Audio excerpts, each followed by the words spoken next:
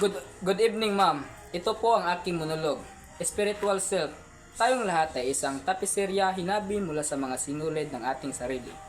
Ang bawat sinulid na tatanging ngunit magkakaugnay ay nag-aambagan sa masalimuot na disenyo ng ating pagkatao. Nariyan ang sinulid ng espiritual na sarili, isang marupok ngunit matibay na hibla na nagturo sa ating mga paniniwala, mga halaga at paglalakbay.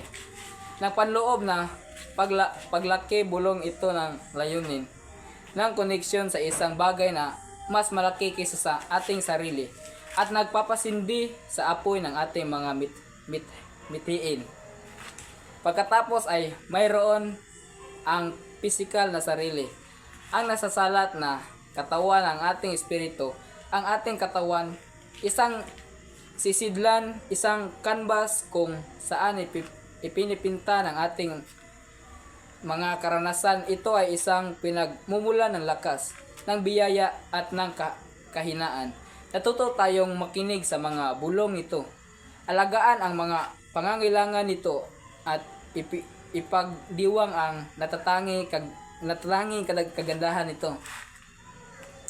Ang sexual na sarili, isang sinulid na hinabi ng pagnanasa, intimacy at pagkakalinlan.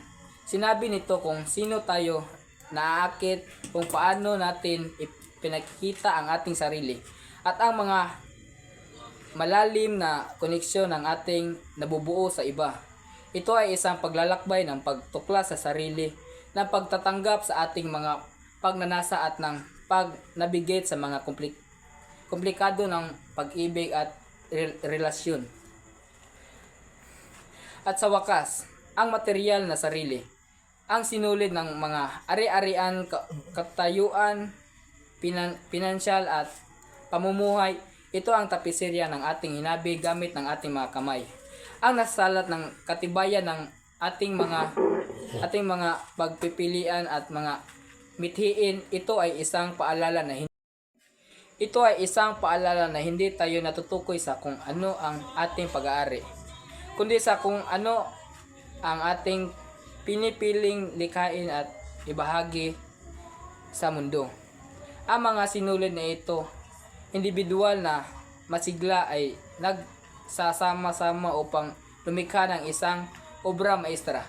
Ang mga ito ay mga sinulid ng ating buhay, hinabi sa isang tapiserya ng karanasan, isang patuto sa ating paglalakbay ng pagtuklas sa sarili, at isang refleksyon ng kagandahan at kasalimutan ng ating pagkatao.